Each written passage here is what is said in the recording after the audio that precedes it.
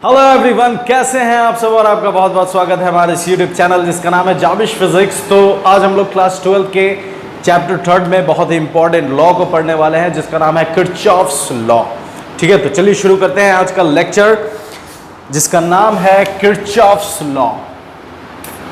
Kirchhoff's law, Kirchhoff's law actually में क्या है और इसकी ज़रूरत क्यों पड़ी हम लोगों को, ये हम लोग सबसे पहले समझेंगे। तो यहाँ पर हम एक सर्किट अगर हम ड्रॉ करें तो मेरे पास ये रेजिस्टेंस है और ये मैंने इस तरह से एक सर्किट ड्रॉ करा। ठीक है, ये मैंने एक सर्किट ड्रॉ करा है और इस सर्किट में अगर आपसे कहा जाए कि आप रेजिस्टेंस पता लगाइए, करंट पता लगाइए और वोल्टेज जो भी दिया जाए, आप सारे चीज़ों को, हर एक चीज़ों को इजीली फाइंड आउट कर सकते हैं। लेकिन अगर आपसे कुछ मैं इस तरह का सर्किट दूं,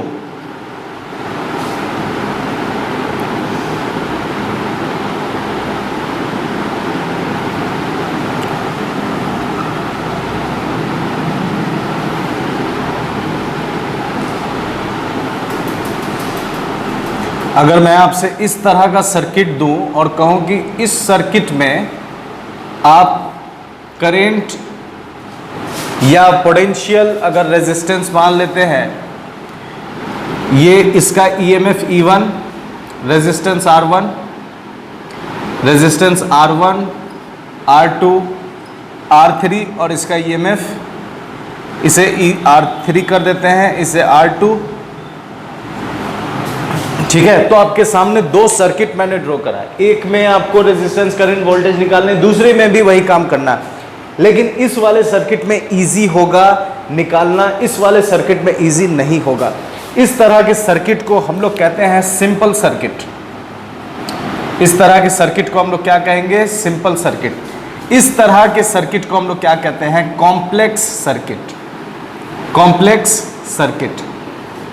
ठीक है, तो इसके लिए कोई भी कैलकुलेशन करना इजी है, कोई भी कैलकुलेशन आप इजीली कर सकते हैं।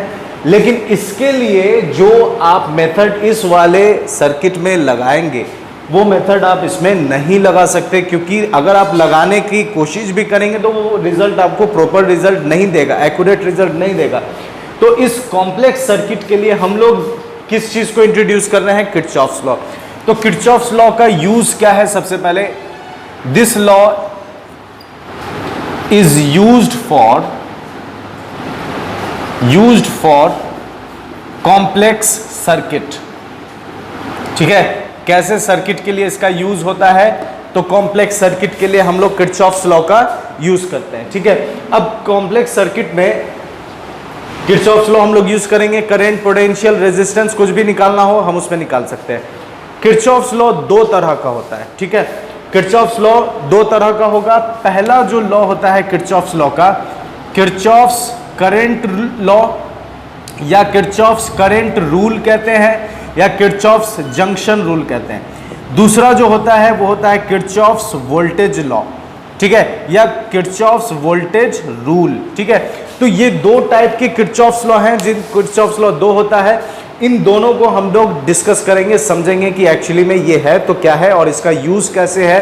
ठीक है, और इसके मदद से हम लोग कॉम्प्लेक्स सर्किट में काम कैसे करेंगे।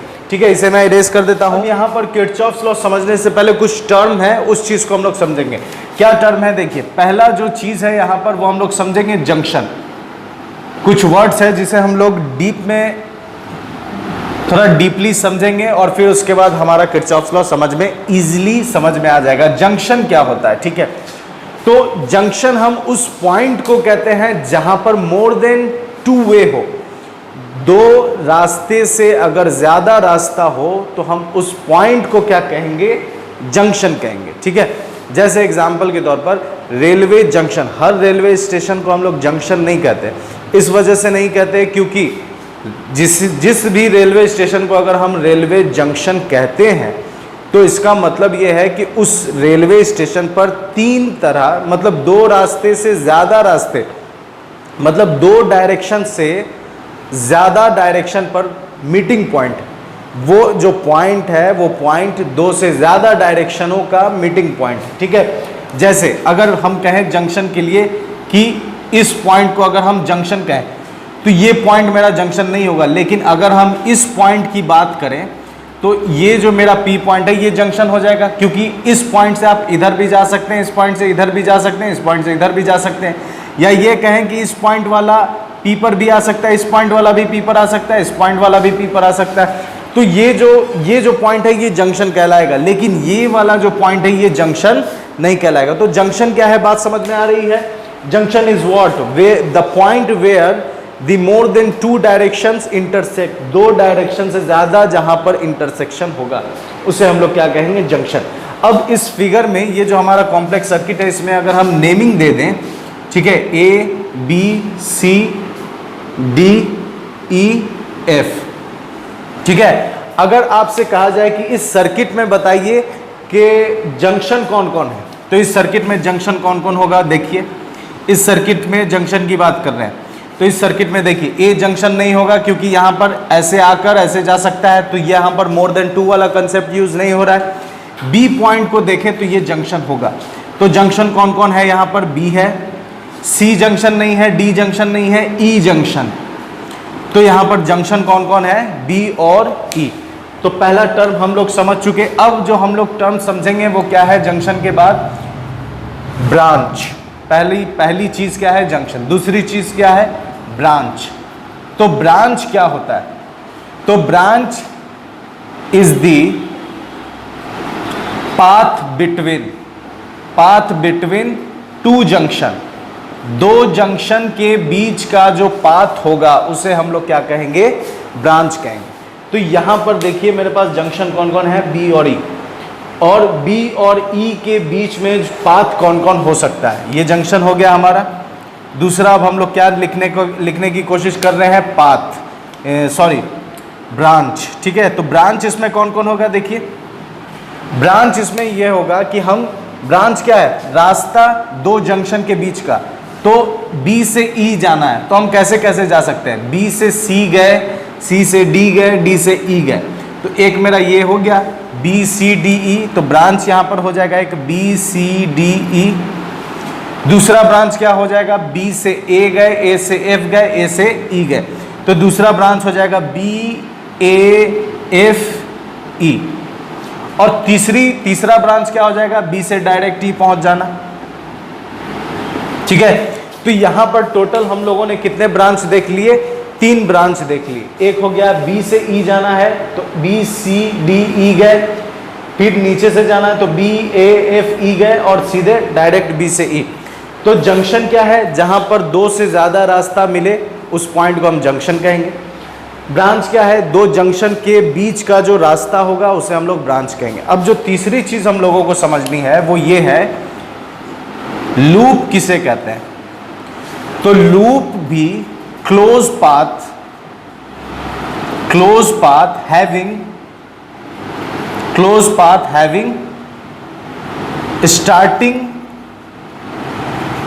Having same starting and and point. तो लूप हम किसे कहेंगे, उस रास्ते को, उस क्लोज पाथ को कहेंगे जिसका स्टार्टिंग और एंड पॉइंट दोनों सेम हो, ठीक है। जिसका स्टार्टिंग और एंड पॉइंट दोनों सेम हो तो हम क्या कहेंगे, उसे लूप कहेंगे। तो लूप की अगर हम बात करें तो यहां लूप हम कौन कौन लिख सकते हैं, देखिए, ठीक है। हम यहां पर लूप के लिए काम कर रहे हैं इस क्लोज सर्किट में। तो लूप कौन कौन होगा, लूप होगा, देखिए बी से अगर हम चले, सी डी ई बी, तो लूप यहां पर हो जाएगा B C D E B. B से चले फिर बी पर आ गए। दूसरा लूप कौन हो सकता है, तो B A F E B, B A F E B, ये 2 लूप हो गया। अगर आप लेते हैं ए से, ठीक है, तो ए सी डी एफ ए, इसे भी आप ले सकते हैं, ए सी डी ई एफ ए। तो ये हमारा तीसरा लूप हो गया। तो हमने, अगर हम एफ से लेंगे तो बात वही है, ए वाली ही बात है। तो टोटल इसमें लूप भी कितने हो गए, 3 लूप हो गए। एक बी से इस तरह, एक बी से इस तरह, और एक ए से ले लिए हम पूरा, अगर आप एफ से लेंगे तो भी यही चीज आ जाएगी। तो किरचॉफ्स लॉ समझने से पहले जो तीन चीजें, तीन वर्ड्स को हम लोगों को समझना था वो क्या था? जंक्शन। Junction is what? जहां पर दो से ज्यादा रास्ता मिले उसे जंक्शन कहेंगे। ब्रांच क्या है? दो जंक्शन के बीच का जो पाथ होगा उसे हम लोग ब्रांच कहेंगे। लूप क्या है? क्लोज पाथ होगा, क्लोज पाथ, और उस क्लोज पाथ का स्टार्टिंग और एंड पॉइंट दोनों एक ही हो तो हम क्या कहेंगे? उसे लूप कहेंगे। अब ये तीन चीज जब हम लोग समझ चुके हैं तो अब हम लोग तैयार हो गए हैं कि हम हमारे किरचॉफ्स लॉ के फर्स्ट लॉ को समझ लें। ठीक है, तो देखिए किरचॉफ्स का फर्स्ट लॉ क्या होता है। तीन चीज, जंक्शन, ब्रांच और लूप समझने के बाद अब हम लोग समझेंगे किरचॉफ्स के फर्स्ट लॉ को। किरचॉफ्स का जो फर्स्ट लॉ है इसे हम लोग किस किस नाम से जानते हैं? तो किरचॉफ फर्स्ट लॉ के नाम से जानते हैं, किरचॉफ्स जंक्शन रूल के नाम से भी जानते हैं, किरचॉफ्स करंट रूल के नाम से भी जानते हैं। किरचॉफ्स का पहला लॉ है, इस वजह से फर्स्ट लॉ कहा जा रहा है इसे। जंक्शन रूल इसलिए क्योंकि ये जंक्शन के ऊपर बेस्ड है, इस वजह से जंक्शन रूल कहते हैं। ये किरचॉफ्स का फर्स्ट लॉ करंट के बारे में बताता है, इस वजह से हम इसे करंट रूल भी कहते हैं। अब देखिए यहाँ पर किरचॉफ्स करंट रूल या जंक्शन रूल क्या कहता है कि the algebraic sum of current meeting at a junction in a close circuit, closed electric circuit is zero. ठीक है, तो इसमें देखें क्या कौन कौन सा वर्ड यूज हो रहा है। Algebraic sum meeting at a junction, तो जंक्शन यहाँ पर वर्ड यूज हो रहा है। तो जंक्शन को हम लोगों ने अभी डिस्कस किया कि जंक्शन उसे कहते हैं जहां पर दो से ज्यादा रास्ते मिले, उसे हम लोग क्या कहते हैं? जंक्शन। इस फिगर में जंक्शन कौन कौन है? तो पॉइंट बी जंक्शन है और ई जंक्शन है।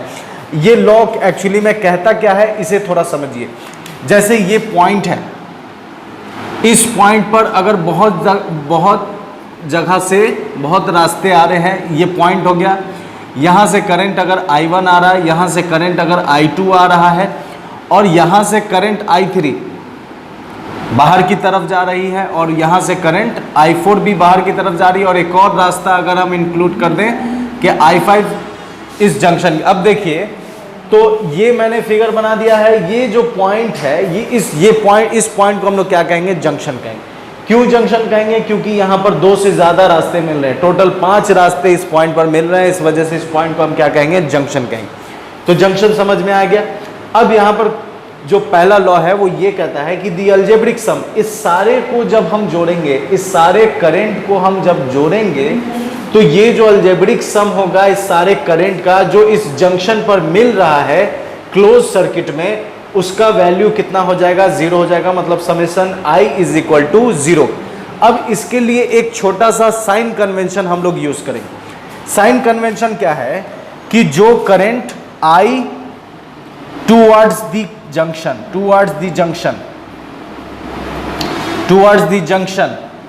पॉजिटिव, जो करंट जंक्शन की तरफ बढ़ेगा, ठीक है, I टूवर्ड्स द जंक्शन, जो करंट टूवर्ड्स द जंक्शन होगा उसे हम क्या मानेंगे? पॉजिटिव मानेंगे। फिर I away from the junction, negative. ठीक है, तो ये एक छोटा सा साइन कन्वेंशन है जो यहां पर हम लोगों को समझना है कि जो करंट जंक्शन की तरफ बढ़ेगी वो करंट पॉजिटिव हो जाएगा, और जो करंट जंक्शन से बाहर की तरफ जाएगी वो करंट निगेटिव हो जाएगा। अब ये कंसेप्ट अब हम यहां लगाते हैं। आप देखें तो कौन कौन यहां पर जंक्शन की तरफ बढ़ रही है। तो I1 जंक्शन की तरफ बढ़ रही है, तो I1 के लिए हम प्लस यूज करेंगे। फिर उसके बाद I2 देखें तो ये भी जंक्शन की तरफ बढ़ रही है, तो प्लस I2। फिर उसके बाद देखें तो I3 जंक्शन से बाहर की तरफ जा रही है, तो इसके लिए हम यूज करेंगे प्लस माइनस I3। फिर प्लस, उसके बाद I5 के लिए देखें तो ये जंक्शन की तरफ बढ़ रही है, तो प्लस I5। फिर उसके बाद प्लस देखें I4, तो I4 जंक्शन से अवे जा रही है, इसलिए माइनस I4। इन सारे का सम कितना हो जाएगा? 0 हो जाएगा। यही हमारा पहला लॉ कहता है। ठीक है, इसे अगर हम देखें तो जो I1, I2 और I5 ये सब एक तरफ हो जाएगा, I1 plus I2 plus I3, I5, ये सारे करंट एक तरफ, और जो निगेटिव वाले हैं वो उधर हो जाएंगे, I3 प्लस I4। तो इससे हमें रिजल्ट क्या मिल रहा है? इससे हमें रिजल्ट ये मिल रहा है कि total current, total I entering the junction, entering the junction is equal to total current, total I leaving the junction, तो पहला किरचॉफ्स का पहला लॉ हम लोग समझ गए। किरचॉफ्स का पहला लॉ यही कहता है कि किसी भी क्लोज सर्किट में जो जंक्शन होगा उस जंक्शन पर जितने भी करंट मीट करेंगे, मिलेंगे, उन सारे करंट के अलजेब्रिक सम का जो वैल्यू होगा वो कितना होगा? 0 होगा। इसके लिए एक छोटी सी साइन कन्वेंशन हम लोगों ने समझा, वो क्या है कि जो करंट जंक्शन की तरफ बढ़ेगी उसे हम लोग पॉजिटिव लेंगे, और जो current away from the junction, junction से बाहर की तरफ जाएगी, उसे हम लोग निगेटिव लेंगे। और इसका कंक्लूजन ये निकला कि जितने करंट इंटर होंगे जंक्शन की तरफ, उतनी ही करंट छोड़कर जाएगी जंक्शन को। मतलब कि जितना जो करंट का वैल्यू होगा जंक्शन पे इंटर करने का, वही वैल्यू होगा जंक्शन को लीव करने का। तो ये था हमारा किरचॉफ्स का first law, total I entering the junction is equal to total I leaving the junction. इससे हमें एक पॉइंट मिलता है। पॉइंट ये मिलता है कि किरचॉफ्स का फर्स्ट लॉ फॉलो करता है, follow law of conservation of charge, law of conservation of charge, conservation of charge. तो ये जो हमारा पहला लॉ है किरचॉफ्स का, ये किस लॉ को फॉलो कर रहा है? Law of conservation of charge. ठीक है, तो किरचॉफ्स के फर्स्ट लॉ को हम लोगों ने समझ लिया है। अब हम लोग समझेंगे किरचॉफ्स का सेकंड लॉ। ठीक है, देख अब हम लोग समझ रहे हैं Kirchhoff's second law. Kirchhoff's second law का क्या क्या नाम है? जैसे किरचॉफ फर्स्ट लॉ का क्या क्या नाम था? Kirchhoff first law, Kirchhoff's current rule, Kirchhoff's junction rule. उसी तरह किरचॉफ सेकंड लॉ का भी कुछ नाम है। देखिए, किरचॉफ सेकंड लॉ भी कहते हैं इसे, किरचॉफ्स लूप रूल भी कहते हैं, और किरचॉफ्स वोल्टेज रूल भी कहते हैं। लूप रूल इसलिए कहते हैं क्योंकि ये एक कॉम्प्लेक्स सर्किट के लूप में एप्लीकेबल होगा, और ये वोल्टेज के बारे में डिटेल देता है, वोल्टेज के बारे में बताता है। इस वजह से इसे हम लोग कहते हैं किरचॉफ्स वोल्टेज रूल। ठीक है, तो किरचॉफ सेकंड लॉ क्या कहता है? देखिए, किरचॉफ सेकंड लॉ कहता है कि इन ए क्लोज्ड लूप, सबसे पहले क्लोज्ड लूप की बात आ गई, तो सबसे पहले हम अपने सर्किट में लूप लेंगे। ठीक है, कहता है कि in a closed loop the algebraic sum, है ना, अलजेब्रिक सम ऑफ ईएमएफ्स, जितने भी ईएमएफ हैं सारे को जब आप जोड़ेंगे, and the algebraic sum of the product of current and resistance, product of current and resistance, product of current and resistance, जब आप करंट को रेजिस्टेंस के साथ इनटू करते हैं तो हमें मिलता है क्या चीज? वोल्टेज। ओम्स लॉ से हम लोगों ने पढ़ा था V is equal to I R. ठीक है, तो V is equal to I R मतलब कि I और R के प्रोडक्ट का क्या मिलेगा आपको? वोल्टेज मिलेगा। तो वोल्टेज का जो सम होगा, product of current and resistance और EMF, इसका जो अलजेब्रिक सम होगा, है ना, किसी भी लूप के वेरियस आर्म्स में वो कितना होगा? Total 0। That is summation of EMFs, जितने भी ईएमएफ्स है सबको जोड़े, प्लस समेशन ऑफ वोल्टेज, है ना, summation of product of current and resistance, इन सारे चीज को जोड़े तो ये क्या देगा? हमें टोटल 0 देगा। तो पहला जो रूल था वो ये था कि किसी भी जंक्शन पर जितने करंट का आप अलजेब्रिक सम निकालेंगे वो 0। दूसरा लॉ ये कहता है कि, दूसरा रूल ये कहता है कि किसी भी कॉम्प्लेक्स सर्किट के लूप में जब आप पोटेंशियल, जितना भी ईएमएफ्स है उसको, और product of current and resistance को जोड़ेंगे और ईएमएफ को जब जोड़ेंगे तो इन सब का रिजल्ट आपको कितना मिलेगा? 0 मिलेगा। तो जैसे हम लोगों ने फर्स्ट लॉ में कुछ नियम पढ़े थे कि जो जंक्शन की तरफ करंट बढ़ेगी उसे हम पॉजिटिव लेंगे, और जो जंक्शन को छोड़कर जाएगी उस करंट का साइन हम लोग निगेटिव लेंगे। तो यहां पर भी हम लोग कुछ इसी तरह का काम करने वाले हैं। जैसे देखिए, मेरे पास अगर कोई सर्किट है इस तरह का, ठीक है, इस तरह का सर्किट है, और इस सर्किट में ये ईएमएफ है, इसमें हम 2 ले लेते हैं। ठीक है, इस तरह का सर्किट है हमारे पास। अब देखिए, इसका ईएमएफ ई है। एक में जो करंट का डायरेक्शन है वो एक्चुअली में पॉजिटिव टू निगेटिव है, इस तरह पॉजिटिव टू निगेटिव, ये करंट आई है। इस वाले में पॉजिटिव टू निगेटिव इस तरफ, ठीक है। तो होगा ये एक्चुअली में, ठीक है, करंट की डायरेक्शन को हम लोग इस तरफ ले लेते हैं, पॉजिटिव टू निगेटिव नहीं, इसी तरफ लेते हैं, ठीक है, इस तरह लिए। अब देखिए इसमें अगर हम, ये ए पॉइंट है, ये बी पॉइंट, इसमें भी हम मान लेते हैं ये सी पॉइंट है और ये डी पॉइंट है, ठीक है। अब देखें अगर, तो इसमें अगर हम ए से बी की तरफ बढ़े, हम किधर से किधर जा रहे हैं, ए से बी की तरफ जा रहे हैं, तो ए से बी की तरफ में जाने में हो ये रहा है कि करंट, तो करंट किधर है, बी से ए की तरफ, लेकिन हम किधर मूव कर रहे हैं, ए से बी की तरफ। तो जब हम ए से बी की तरफ जा रहे हैं तो हम करंट के अगेंस्ट जा रहे हैं, तो करंट की जब हम अगेंस्ट जाएंगे तो यहां पर जो रेजिस्टेंस है, ठीक है, रेजिस्टेंस है आई इंटू आर, तो इस आई आर का जो साइन होगा वो क्या हो जाएगा, माइनस हो जाएगा। क्यों माइनस हो जाएगा, क्योंकि हम मूव कर रहे हैं, moving against I, moving against I, आई मतलब करंट के हम अगेंस्ट जा रहे हैं, ठीक है। करंट के जब हम अगेंस्ट जाएंगे तो आई आर का साइन कैसा ले लेना है, माइनस, ठीक है। पहली चीज समझ में आ रही है आपको कि जब आप करंट के अगेंस्ट बढ़िएगा तो आई आर का साइन कैसा लेना है, निगेटिव। अब एक चीज देखिए, जब आप ए से बी की तरफ जा रहे हैं तो आपको बैटरी का ये निगेटिव टर्मिनल है और ये पॉजिटिव टर्मिनल, ये निगेटिव टर्मिनल है और ये पॉजिटिव टर्मिनल है। तो बैटरी का आपको पहले कौन सा टर्मिनल मिल रहा है, तो बैटरी का आपको पहले मिल रहा है पॉजिटिव टर्मिनल, इसलिए ईएमएफ का साइन कैसा लेना है, पॉजिटिव लेना है। तो ये दो चीज समझ में आ रही है, ठीक है।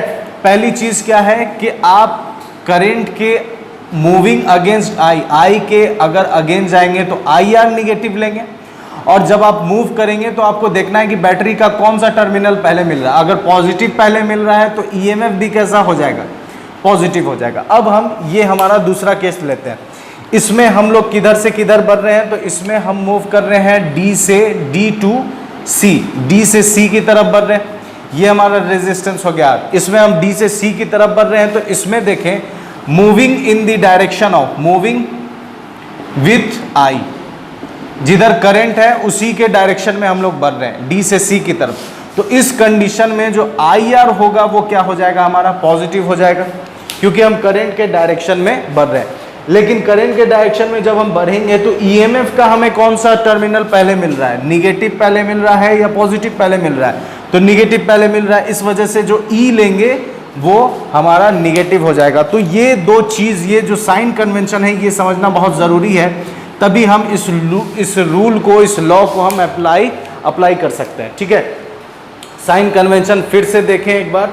साइन कन्वेंशन हम क्या यूज कर रहे हैं कि जब आप करंट के अगेंस्ट बढ़ेंगे, करंट के अगेंस्ट बढ़ेंगे तो जो आई आर होगा वो निगेटिव हो जाएगा, और जब आप अगेंस्ट बढ़ेंगे तो ये चीज ध्यान में रखना है कि आपको बैटरी का कौन सा टर्मिनल पहले मिल रहा है। अगर पॉजिटिव पहले मिल रहा है तो ईएमएफ पॉजिटिव हो जाएगा, और अगर आप करंट के साथ बढ़ रहे हैं, और आपको ध्यान में रखना है करंट के साथ बढ़ेंगे तो जो आई आर है वो पॉजिटिव हो जाएगा। फिर आपको ये देखना है कि करंट का, आपको बैटरी का कौन सा टर्मिनल पहले मिल रहा है, निगेटिव पहले मिल रहा है मूव करने में, तो जो ईएमएफ है वो निगेटिव हो जाएगा। तो ये हमारा सेकेंड रूल है। अब इसे हम अप्लाई कैसे करेंगे, तो अप्लाई करने के लिए देखिए क्वेश्चन, ये लॉ ये कहता है कि इसे क्लोज लूप में अप्लाई करना। तो सबसे पहले हम क्लोज लूप यहां पर ले लेते हैं, ठीक है। इस फिगर में हम क्लोज लूप ले लेते हैं बी से। हमारा सबसे पहले लूप चूज किए हम लोग, कौन सा लूप हमने चूज किया है, B C D E B, ये लूप हमने चूज किया है। इस लूप में हम लोग वोल्टेज रूल लगाएंगे।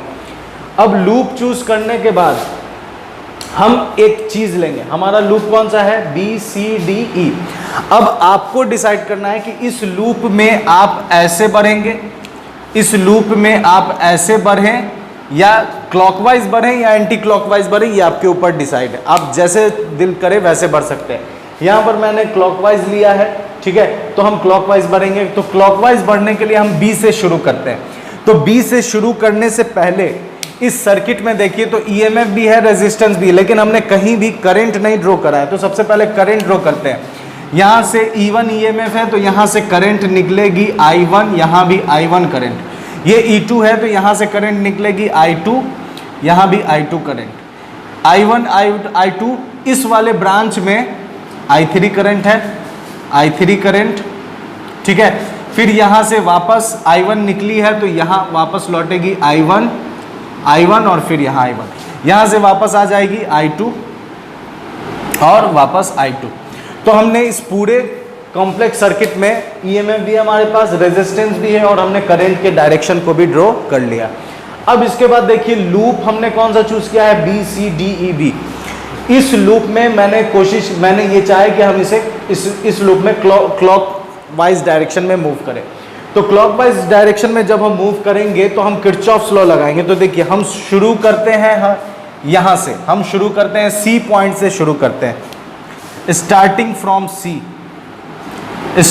फ्रॉम C से हम शुरू कर रहे हैं।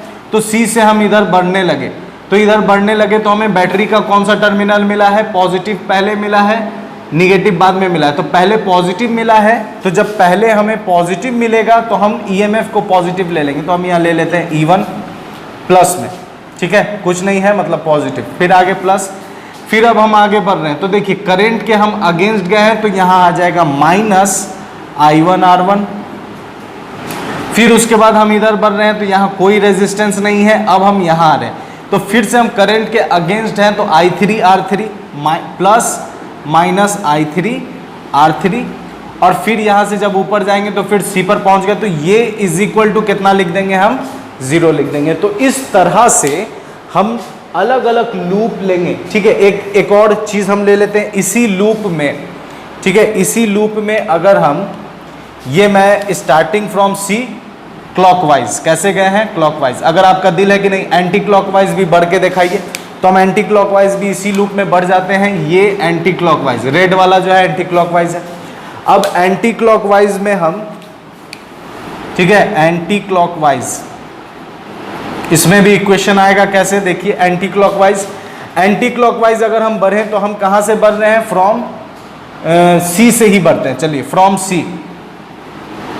एंटी क्लॉकवाइज डायरेक्शन बढ़ रहे हैं और कैसे बढ़ रहे हैं, C से बढ़ रहे हैं। तो C से हम बढ़े इधर, यहाँ पर कोई रेजिस्टेंस नहीं, अब हम इधर बढ़े तो देखिए करंट के डायरेक्शन में है तो I3R3 ये कैसा मिलेगा हमें, पॉजिटिव मिलेगा। I3R3 फिर हम आगे गए, यहाँ भी कोई रेजिस्टेंस नहीं, यहाँ रेजिस्टेंस मिला I1R1 तो प्लस I1R1 मिल गया। अब हम इधर आए तो देखें बैटरी का निगेटिव टर्मिनल पहले मिला इसलिए minus E1 is equal to 0, फिर हम C पर पहुंच गए, आगे कुछ नहीं तो minus E1 is equal to 0। तो इस तरह दोनों इक्वेशन देखिए तो दोनों इक्वेशन एक जैसा, यहाँ E1 पॉजिटिव है, ये दोनों निगेटिव है, इस वाले में E1 निगेटिव हो गया, ये दोनों पॉजिटिव हो गया। तो इस तरह से हम लोग अलग अलग लूप लेकर, कॉम्प्लेक्स सर्किट में अलग अलग लूप लेकर, है ना, इस तरह से इक्वेशंस निकालेंगे और उस इक्वेशंस को जब हम सॉल्व करेंगे तो हमें करंट के वैल्यूज, रेजिस्टेंस के वैल्यूज और पोटेंशियल के वैल्यूज पता चल जाएंगे। तो ये था हमारा किरचॉफ्स का फर्स्ट और सेकेंड रूल और कंप्लीट लेक्चर किरचॉफ्स लॉ के ऊपर, ठीक है। और इसका यूज करके, इस किरचॉफ्स लॉ का यूज करके हम लोग सॉल्व करेंगे व्हीट स्टोन ब्रिज को हम लोग प्रूफ करने वाले हैं, ठीक है। तो मेरे साथ बने रहने के लिए बहुत बहुत शुक्रिया, अपना ख्याल रखें। लेकिन उससे पहले एक चीज़ ये कि हमारे नेक्स्ट लेक्चर में हम लोग स्टडी करेंगे NCERT के कुछ क्वेश्चन सॉल्व करेंगे जो इस किरचॉफ्स लॉ के ऊपर बेस्ड हैं। तो मेरे साथ बने रहें और क्वेश्चंस मिस ना करें, ठीक है। अपना ख्याल रखें, गुड बाय एंड खुदा हाफिज।